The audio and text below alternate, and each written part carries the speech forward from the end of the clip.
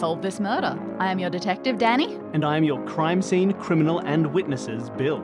This is part 5 of the Furtive Fiend. In part 4, I watched the security footage from the ATM and saw a woman who shared Victoria's features leaving the Brotherhood building after her supposed murder time. You also showed Victoria's key to Caleb Humble, who claimed it was his, and then revealed some more information about the Brotherhood of Prosperity's hierarchy. And after pulling a little sting operation on Caleb, heard him refer to a mysterious she related to the figure in the trench coat. All right, Dani, Now, I will say, for people who are listening at home, there's been a little bit of a break between the last recording and this recording. So I ask you, what are your theories about the case? My big problem right now is, I feel like I've just added a series of new problems. So I'm getting to grips with the idea of the Brotherhood and their members and all of that going on, and why some people might be a little bit unhappy with how Victoria's allowance in and quick rise might have gone. Is that enough motive to kill her? Feels a little weird. So I'm not quite there yet on what motive could be. Because we found out that she was sort of the head honcho, and Caleb didn't seem super happy about that, I suppose. No, certainly not.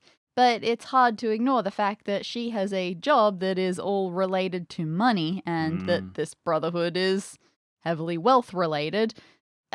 It feels like we can't ignore what's going on at her job, and the fact that she may have been flailing a little bit. Not sure yet. Who knows how much to trust Caleb, but it looks like there are some signs of flail. Sure. And we should look into a little bit more about what could have been happening there.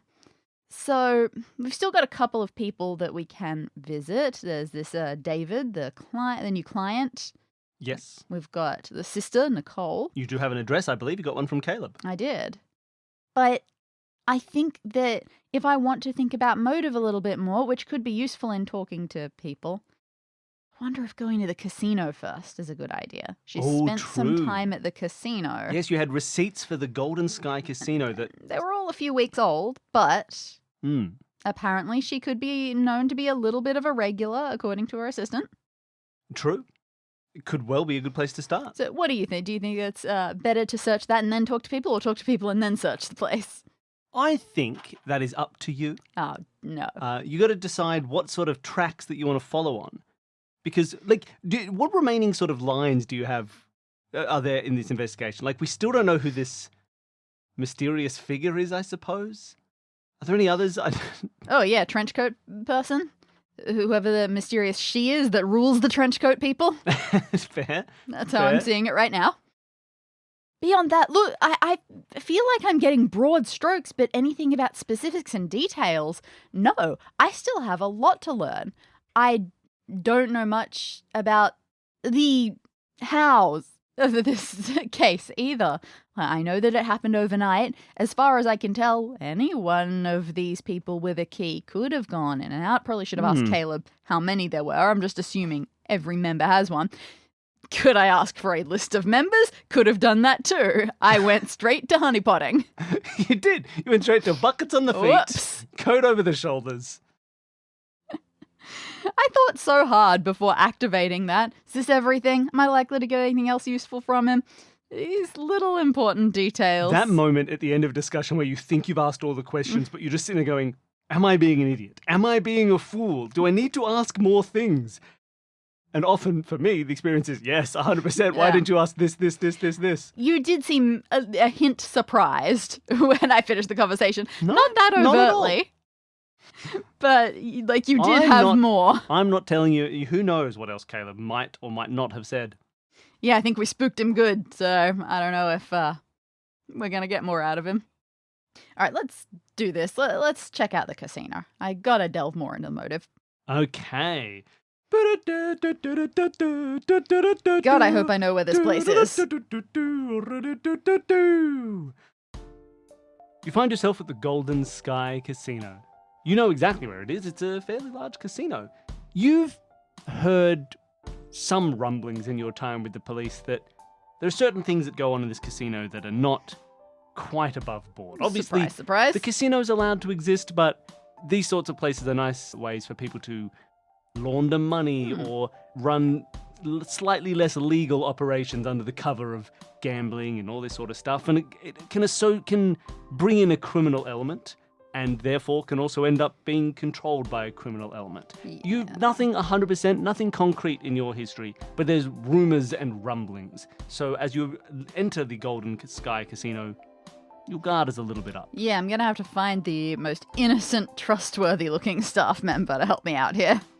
The building itself is grand and large and tacky and ridiculous. There are lights shining and spotlights and gold things that shouldn't be gold, that aren't made of actual gold but are trying to feel like that. There's a consistent theme of wealth as a very thin veneer over kind of gross. And as you approach, you see people at the door, security, but not to keep anyone out, just to be a show of force as everybody comes in to spend their money. God, how busy is it at whatever time of day It this is currently prime casino It's time. like just after lunch. Casino hour. So you enter the building. Do you want to look for the nicest looking staff member? It's all I can really do at this point, because my questions are going to be a strange mix of, hey, do you keep good record? What? We'll get to that. Yeah, we can wait for your questions when you have someone to ask. Looking around, there's staff everywhere. Some people look a bit rough. Some people look a bit neat. There are plenty of people wandering around, men and women serving drinks. They're wearing little tailcoats and a single bow tie around like a choker bow tie with Not in any way attached to their shirt. Yeah, low cut shirt, choker bow tie, could just completely as a collar around their neck. They've got golden tails on, men and women, and they're serving drinks. They're taking orders. There's people behind the bar. There's croupiers and... Yeah, no, I need someone with a computer. Oh, interesting. Who's going to have a... I don't know if anyone's just sitting around on a computer. Desk clerk. There's got to be a desk clerk somewhere. There's someone who is changing money for chips at the front Sure, desk. that'll do, I guess. They're probably the closest to a person with a computer, I suppose. They have real money. That seems important. Hey, friend, what's your name? Yeah, is this a prepared character? Oh, my name's Rodolfo. Sure, yep, that's a real one. Yeah. What do you need, miss? You need chips? You got chips, you need cash? These are the two things that I specialize in. You don't specialize in information? Information? Yeah, that could help. Well, why don't you lean in here and I'll whisper in your ear. No, I don't. You saw that coming a mile away. I just deal in money. I am a detective. A detective? Well, welcome to the Golden Sky, detective. Why don't I get you some chips on the house? Here you are. And he hands you $1,000 worth of chips. Oh, that's fancy. I love it. Yeah. I don't know if you should take them Thank you. ethically, but he gives them to you. I put my hand right near it and say, yeah, I'm not investigating the casino. He takes back $800 worth Sure. of chips. Or you personally. He takes back $100 more of the chips. Or any of your friends and relatives. No, please. We support law enforcement here. This is a gift to you. I see. Take it. Spend it at the... Go play some blackjack. Yeah, I take them, I put them towards my pocket, and inside my pocket, I put it inside the little plastic Ziploc bag where evidence goes. Bag. Okay, that's how you ride this ethical line. Sure. So what can I do for you? Look, I'm looking for someone who is, or maybe was, a regular here? Well, we have a lot of regulars here at the Golden Sky. It's an incredibly popular place, and everybody always comes back for more. But surely if there's someone of particular note, I don't know, someone who is in here every couple of days, you'd start to recognize their face. And especially if they went on some either big winning streaks or big losing streaks, there'd be some sort of note taken about that, right? Well, I suppose there would be. If, we may know things like that, but I don't know if that's public information, really. We're trying to keep our winners and our losers private. I say, all right. I think I know what it'll take to get you to talk. And I give him $100 worth of chips. Well, thank you, I suppose. I don't know if that's kind of a bribe or not. Well, I'll take it, sure. All right. Look, I shouldn't be telling you these sorts of things, but you want to know about the regulars? Well, they keep an eye on me a little bit too much. I don't think I'm willing to share that, but I'm sure some of the staff out on the floor might have, people serving drinks, things like that, might have a better chance. Yeah, okay, I guess that's fair. Do you know... What about the staff registers, so I know who's working at given times? I quickly take out the receipts. On the 17th at 9:13 p.m. Well, Who's again... likely to have been working then? I don't know if I want to talk to you about this sort of stuff. You said you weren't investigating the casino, right? Absolutely not. Do not care one way or the other about the golden sun? Sky. Well, I don't even care enough to write that down. That's how little I'm investigating you. As you're talking to him, you notice that every now and then his eyes flick down to the phone beside him. Mm-hmm. And he looks at you and he says, I'm going to have to... I don't have any information for you, detective. Please, take the money. He gives you back the 100 chips. Take the money. Go and enjoy yourself. I don't think there's anything I can help you with here. Okay. And he looks at you and he stops talking. I take several steps back. I try to look like I'm not interested, and I duck behind the nearest ostentatious golden pillar. As you're walking away, carefully checking over your shoulder when you notice that he starts to pick up the phone. I know. And you duck trying to overhear what he's saying? Absolutely. You hear him on the phone say, Yeah, just tell Maximilian that there's someone poking their nose around here, and I might want to be careful. I didn't tell her anything. Yep. No, they weren't investigating. Yeah, exactly. So just the 100. Yep, that's why I just gave them 100. Hopefully they'll go spend it and go home. Maybe I'm reading too much into it, but yeah. Just tell Max that, sorry, Maximilian, that, yeah, he might want to keep inside his office, I guess. All right. Yep. No, yep, of course. No, we're still on for Tuesday. Yeah, of course. No, just bring dessert. I mean, look, you don't have to, but, if you want, I won't have anything there. Yep. Okay, wonderful. All right, give Mary my love. Bye. Mary. And he closes the phone. He puts it down. Oh, boy. I should have asked Caleb as well. There was some sort of secret handshake. I can't just rely on dropping a key on people's laps every time. Maximilian. I know I can't have heard much about a Maximilian before, because I don't know how to spell Maximilian very well. 1 L. Okay. Well, I was already wrong. No O's. What? Okay, I just got to rewrite all of this. Okay, what comes after Max? I M. Good. I L I A N. Ah. Yeah, I definitely just put the word million right in there. Oh, yeah. Maximilian. Maximillionaire. Well, either way, fair enough. I don't know if that's the casino's owner or whatever, but clearly a person of interest. I find the second newest looking member of the bar serving staff. You see a young blonde woman. Oh no! So sick of those. Well, I'm so sorry. This one's actually young. Ouch. I don't think that was my problem. But she's not actually blonde. Hello, I'm sorry to be a bother. I do not want a drink. Oh, okay. I need help finding a friend. Oh, you're looking for someone? I can help you out. Well, the problem is, I don't know if they've even been here recently. It might have been a couple of weeks ago. Oh, okay. Well, I was here a couple of weeks ago. I might have seen your friend. Man, if you've got some chance of remembering, that'd be great. Apparently, she came here a lot, but she might have stopped. I'm not totally sure on that. Okay. Could you describe them? Do you know their name? Victoria? Oh, Vicky! There's only one Victoria who comes here?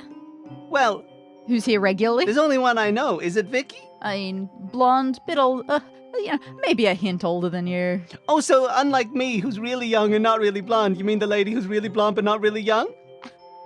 Vicky, that's Vicky. I think you said she was in her 30s or 40s. She's so old. She's 40-something. I'm gonna die before I'm 40-something. Yeah, that's... Okay. I live hard. But you're friends with Vicky. Vicky lives hard too. She's just been doing it well, I guess. Oh, wow. Can you tell me more about her living hard? This is a side of her that she never exposed to me. Oh, you got... Vicky was great. Whenever she wins, she tips. And whenever she loses... She doesn't have money to tip anymore, I guess. But I still got the tips. She's lovely. Did she win a lot, lose a lot? Well, Vicky played a lot. I don't want to... Look, I don't keep track of everything, but I will say... That usually means lose. I was kind of waiting on Vicky a lot. I kind of keyed in a couple of months ago that she was a big tipper. But I haven't seen her for a couple of weeks, and for the weeks leading up to that, well, I gotta say, I wasn't getting many tips. Yeah, that's interesting because... I don't know. Let's say that she started getting money a bit tight. Honestly, that often doesn't dissuade people from coming back. Well, yeah, I mean, look, and usually I see some people who look like they're just losing and losing and losing. They keep coming back. Yeah. I don't get why the casino keeps letting them in, but they do. But Vicky was the first person I've seen who, I mean, eventually they didn't even let her in anymore. Really? Well, maybe. I saw she was gonna come in and then got turned away at the door or ran away. I don't know, but I think it must have been pretty bad because usually, you can lose a lot here before they kick you out. But When was that? I'd say about 3 weeks ago. Huh. I hope she's doing okay. Yeah, me too. That's wild. I definitely hadn't heard that part before. Would you say she knew a lot of people around here? Like Maximilian, that sort of thing? Oh, I think she did, yeah. She was spending a lot of money here, so she ended up in some of the high roller lounges. I sometimes get to wait the high roller lounges. It's great. Those are all big tippers in there. Yeah, I can imagine. Man, is there any way that I could ask him anything that he might know? Oh, Maximilian. I don't know. He doesn't always come down to the floor. I could see if someone can give him a ring for you. Do you know him? Oh, only by reputation, through what Vicky's told me. Oh, that makes sense. He's a powerful man, Mr. Maximilian. But, secondhand stories. They don't really do anything justice, do they? No, I guess not. Look, I'll see if we can get him. I can't guarantee anything, though. I'm new here. I've only been here for 4 months. And some jobs, that's the most senior member of staff. Yeah, that's true. Not so much here. A lot of old guys running things. I'll give him a call. Hold on, you just stay here. Take $100 worth of chip. No, wait. So she goes back around and you see her. Yeah, it seems unlikely that this is going to work with 2 phone calls to him in a row. You see she goes up. Well, she doesn't call. She goes up to a man who's sort of nearby. Weirdly, you hadn't really noticed him until she went up to talk to him. He was sort of in a corner, slightly out of sight, a big guy. Clearly watching stuff, but not necessarily wanting to have too much attention drawn to him. Not like the other security who seems bold and boisterous and really want you to know they're there. But she goes up, taps him on the arm and kind of gets close to him because it's a bit loud to try and talk into his ear. And you see he looks up at you and he furrows his brow a little. He says something to her and then he turns to walk away up some stairs nearby. As he leaves, he takes from the little side table next to him a cool big hat, which he puts on as he goes upstairs. And you've never got a super clear image, but it reminds you of a hat that you've seen on some ATM footage. Yes, I would wonder. Same colour, same shape. You never got a good look at the face, so you don't know if it's the same man. But at the very least, he's big enough. Intriguing. He goes up some stairs. I hope I'm wearing like 5 wires right now because this were TV. I'd expect me to be dead. And the waitress, did I give her a name?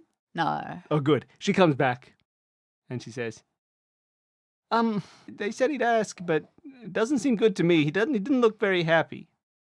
So anyway, do you want a drink? No, you know what? You have one. I give her 100 Oh my tips. God, what a big tip! Thanks, lady. And she skips away. All right, well, this was some amount of information. It feels like this is the sort of place where it'd be difficult to do much skulking around and breaking into important areas and getting to big important people. But it was some information.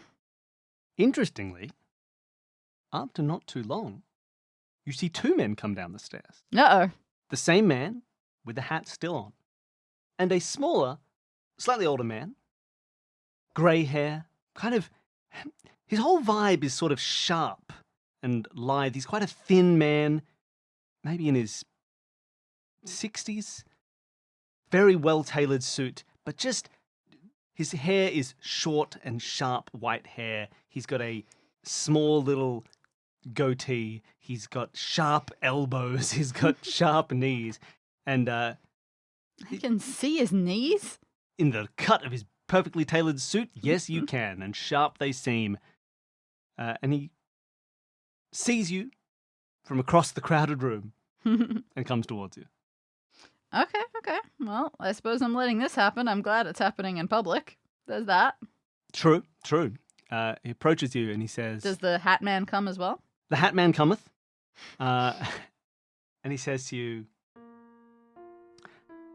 detective, Ooh. what can I do for you? Oh, I was going to call him Maximilien, but I didn't. Oh, please, Maximilien was my father. Call me Maximilian. Hi. Wow, what an honor. I was put under the impression that it would be very difficult to be able to meet you face to face. Oh, I'm sure for some people it is quite hard to meet me, but for someone like you, well, What is someone like me? an officer of the law, or perhaps no, a private detective?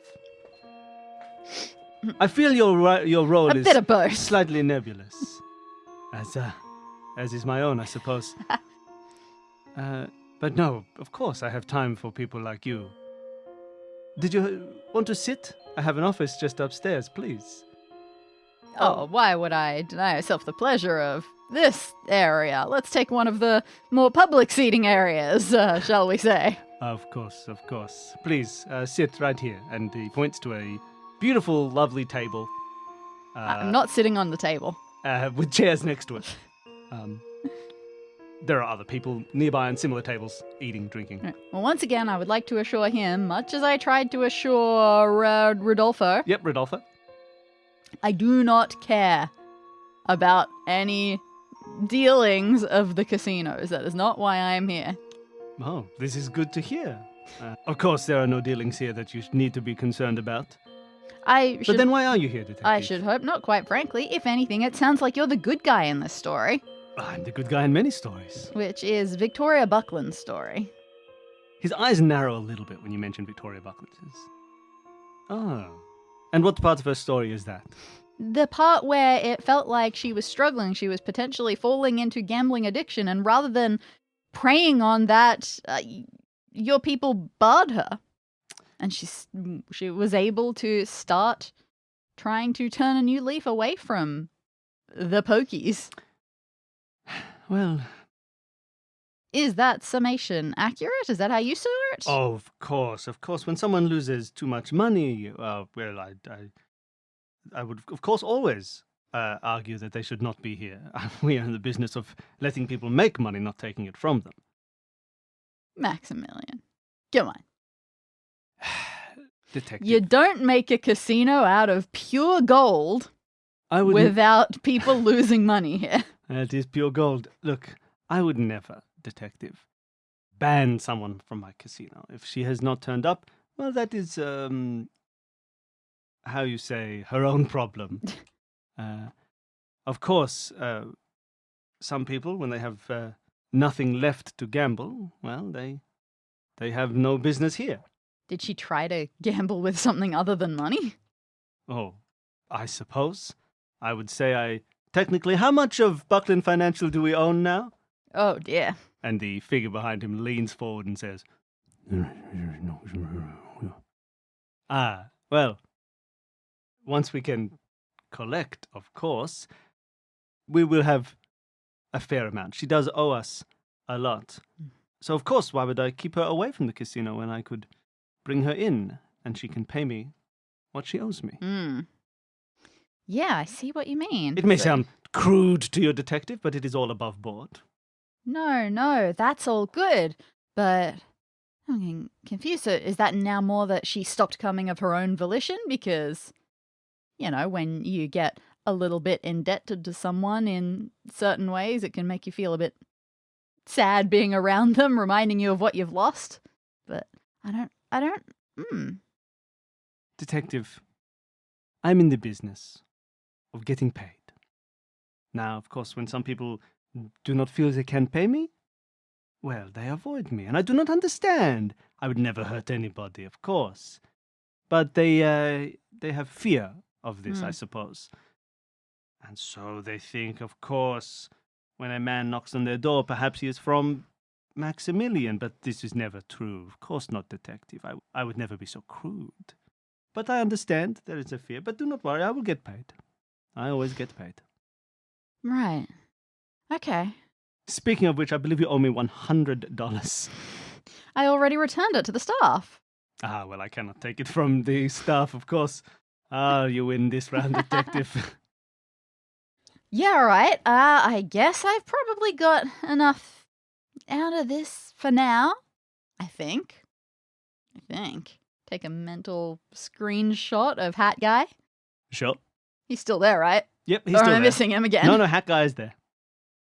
But now I think, detective, perhaps... No, yes, Maximilian, I'm sorry, but that's all the time that I have. I have to cut this meeting short. No, I am cutting the meeting short. Sorry, I've already stood up. I'm so sorry. Of course, please this leave, is why I as I have couldn't asked sit on you your to do. table, because I was in such a hurry. No, of course, please. As I have already said and implied, you should leave. So please, do go, based on me ending this conversation. All right, well, I will give you a call if I need anything from you. Well, I won't answer it. And then I will call you if I have any more information to give. Oh, I'm so sorry. I don't think I gave you my real number. Oh, I'm sorry. I don't think I gave you my real name. I like you, Frederick. Well. I leave. I'm out. All right, you win and you leave. That was the plan. So you left the Golden Sky Casino. It did paint a more vivid image. It had the idea of her potentially having money trouble. This, I suppose, just solidified things and made the panic that she might have been feeling a little bit more real. She was definitely losing some pretty big stuff.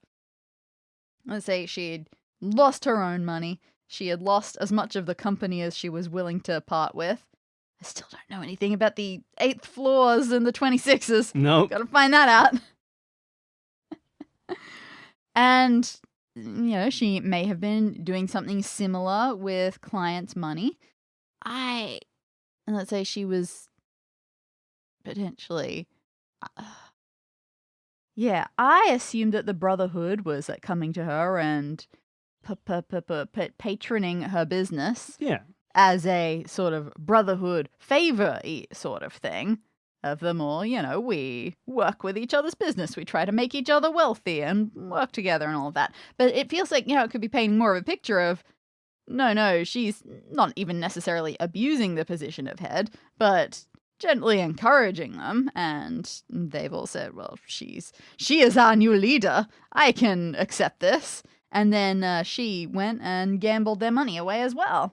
They wouldn't be very happy with that, and that's a slightly heftier motive than just, I don't like this new head of our club. So it feels like we're getting there. In which case, it feels like David Sagstad, new client, he was new, wasn't he? One of the Within newish the clients? last year, Yeah. yes. It feels like we might be able to get some of the truth of this out of him. Okay. Unless he did it, then he's probably just going to say nah to everything. And that's always the problem. When they do it, they just say nah to everything. But it's the best that we've got right now. Do I have any means of locating this Sagstad man? You do. You can find his offices where he works. He's a lawyer, actually. He works at a firm, Davidson, Rambo, and Sargstad, Ooh. DRS&S. The RSNS. And that's Rambo with an EAU, by the way, in Course. case you'd like to get the But spelling no right. X. And an X. Oh. Multiple Rambos. Yeah. So you can find his offices. That would be so cool if it was like Sagstad and Rambos, but with the X to show that there's more than one. That's how French works, right? I think so. So cool. And you can you head up. What number is this building? Well, this building is on the 4th floor of 31 Okay, but you're on thin ice. Grosvenor.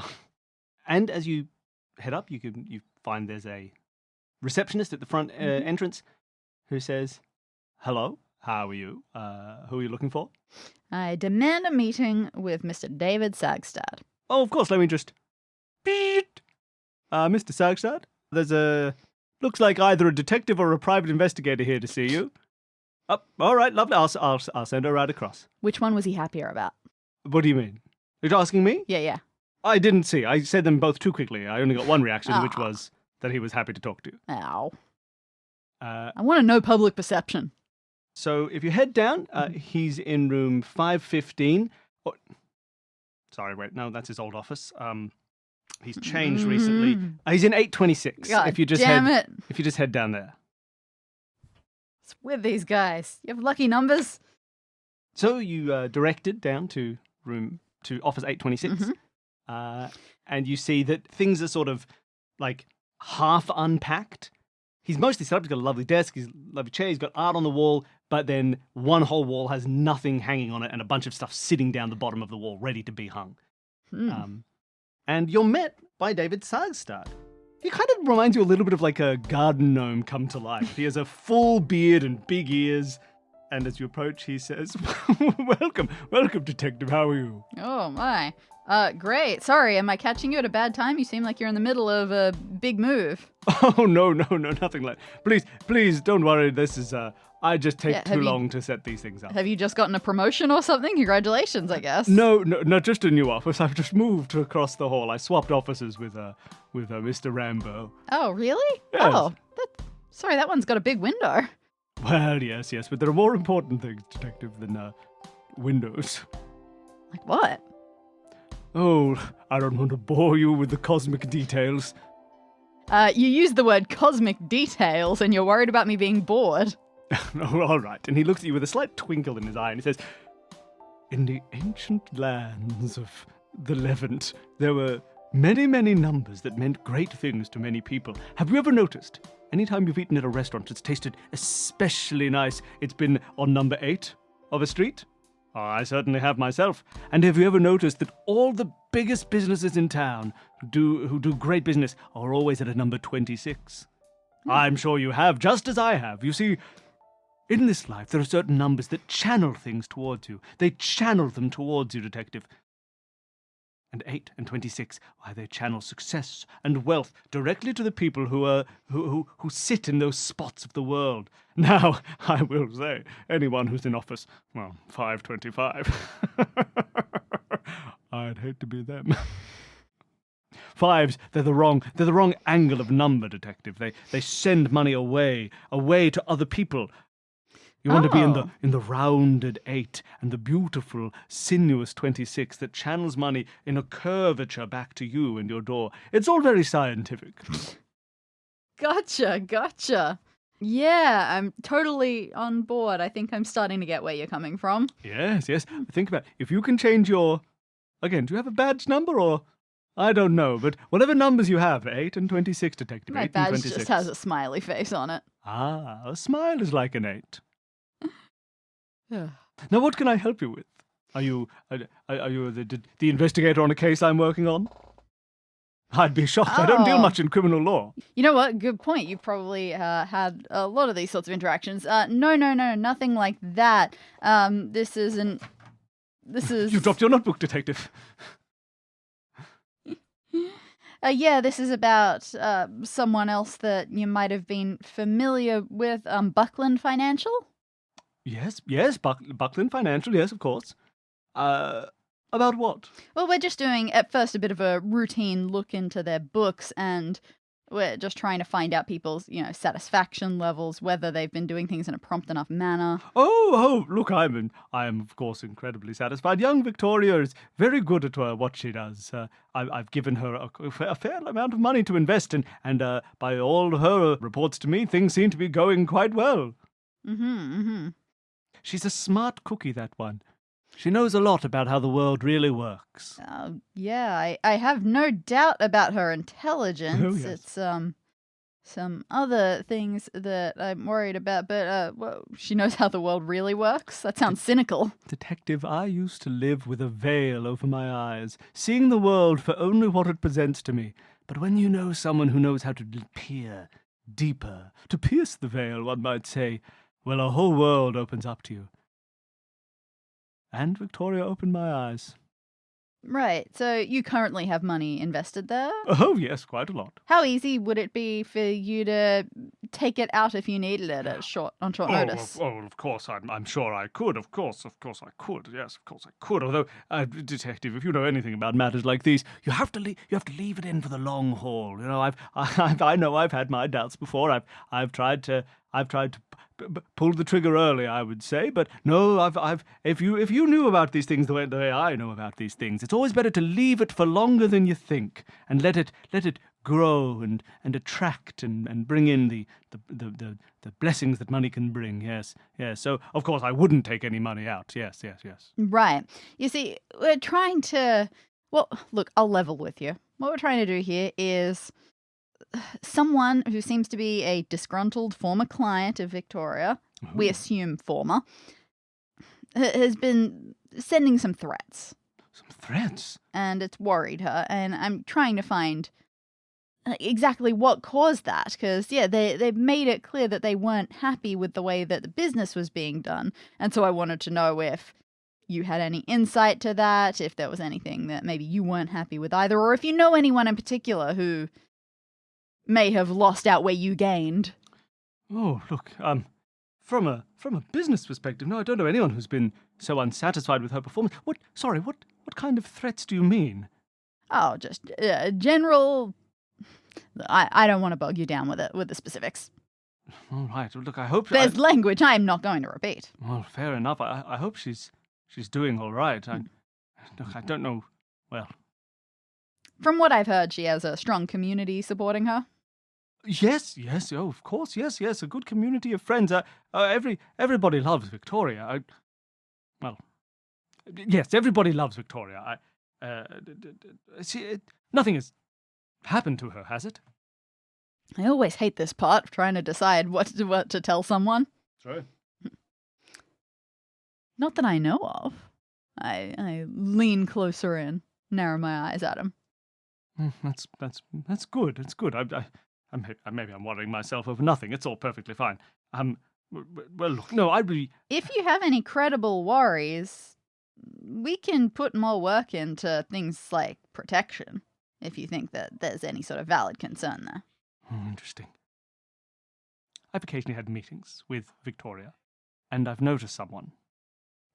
If there are threats, if you believe there are grave threats against her, well, I suppose it is my duty to tell you there's been for the last, maybe 3 weeks or so, there's been a man I've seen. In a hat? In a hat. You know of him. The Hatted Man. The threats mentioned a hat. Yes. I knew it was relevant. Oh, I don't understand why. Look, a few weeks ago, I was at I'll say a meeting, I suppose, and he knocked on the door asking for Victoria. Of course, I sent the man away. He looked like he had nothing but ill intentions in his eyes, but I think since then I've seen him hanging around a few times since, and well, I don't trust him. When was this? What sort of, how recently are we talking for these things? Oh, that was 2.5, maybe 3 weeks ago. Ah, okay. He said he knew Victoria. He asked me to send Victoria out to talk with him, and of course I did no such thing. A man like that, I didn't seem trustworthy at all, and I told him to rack off. Right. And in this community of friends that she's got, or this meeting of friends that you were having, everyone there is friendly with Victoria? No outliers at all? I'm sure Victoria will be fine. Maybe I'm being overprotective. I'm sure she can keep herself safe. But look, I know there are some people who are not happy with the position that Victoria has taken in the world, and well, that's jealousy for you. Some people just don't move with the times like I do, and but I don't think anybody would ever do anything to hurt her. Mm. Just bluster and old men being too old and too manly. Not like me, I am young and genderless. Gotcha. But please look out for her, Detective. I'm sure she can look after herself. Heavens knows she knows a lot more about how things work than I do, but... Yeah. Are you supposed to see her again anytime soon? Sorry, I also Yes, noticed... I've got a meeting coming up. She did miss the last one, which I suppose is strange, but I got a call from her assistant, and she was sick, I believe. And, but I should be meeting again in just a couple of days. Right, and is that a work meeting or one of these friend meetings? Well, just about the status of my investments. I usually get an update as to how the money is growing, and... Yeah, right. And as a question, if something were to happen to Victoria, do you know anything about like what your contracts say happens to your investments then? Well, I mean, I do, of course. I'm a lawyer, and if you know, I suppose if something happened to her, we'd see who takes over the company. The investments I've made would be owned by the company itself. So I guess I'd look at that point. I'd probably ask them to all be paid out. I don't trust anyone but Victoria to run that sort of a place. No, that makes sense. Have you been with her long? Oh, almost a year now. Yes, of course. Oh, okay. Goodness. Yeah. Why a year? Well, look, to be honest, Detective, that's when I first met her, really. Okay. Well, at least in a business context. 1 year of knowing someone and you trust them so deeply. That's pretty intense. Well, I knew her father as well. Oh, okay. Yes, he was a great man, and his daughter seems to be following in his footsteps. Really? Yes. Oh, that's interesting. Okay. Right. Okay, again, getting some clarifying pictures out of this guy. But as for hard and fast details, this is going to be some mighty red stringing that'll end up happening at the end, I hope. Mm. All right. Well, thanks for that, David. I guess I'll chat with you again in the future. Maybe. Well, yes, of course. I hope you have a lovely day, Detective. Yeah, likewise. Don't Google anything that I've... Oh, all right. I'll request. I'll stick to it. Yeah, don't call Victoria. Luckily, I have all the laws memorized. I've never needed to Google anything. Don't call Victoria's assistant or anything. Yeah, Hayden, he's sick. All right. Okay. Bye. Bye. And you leave the offices of David Sagstad. Yeah. All right, so that's David. Oh, man, I'm getting through these people. I'm getting through these places. I'm concerned that my big questions that I had in I think it was the previous episode, are not necessarily getting hard answers yet. So, my God, I hope that Nicole has some answers. I think that the only thing I've got left to do that I can see immediately is to visit the only she on the possible witness list. You get into your car, you drive out to what you've been given as Nicole's address. The major sort of high-rise area of the city is a little bit behind you at this point. You've driven out into a slightly more suburban area, much more housing than there is apartments. And if there's apartments, they're 3-story buildings, not 30-story buildings. No one's on floor 8 in this part of the city. And you approach the address. You arrive at this house in the evening, and as you approach, you kind of look. You don't see a car in the driveway or anything like that. It's a nice yard. There is a driveway, no car, though there's a closed garage. Maybe it's in there. And you look and you notice that even though it's a bit dark, the lights aren't on. That's not too noteworthy. No, actually, not there at might all. be a light on upstairs. You're not sure. You go up, you go to knock on the door, and you notice that, well, it's not locked. In fact, it's not even closed. The door is slightly open. That's not usually great in my line of work. I gotta get in there and find out if my last witness is my last witness. Thank you for listening to Solve This Murder. To submit your own guesses for whodunit, send an email to solvethismurderpod@gmail.com. We read every theory we're sent and award the greatest sleuth with a place on our wall of detectives. To support the show, you can sign up for our Patreon and receive weekly bonus episodes, monthly videos, and full access to all parts of new Solve This Murder mysteries on day one. Thanks to all our patrons for supporting us.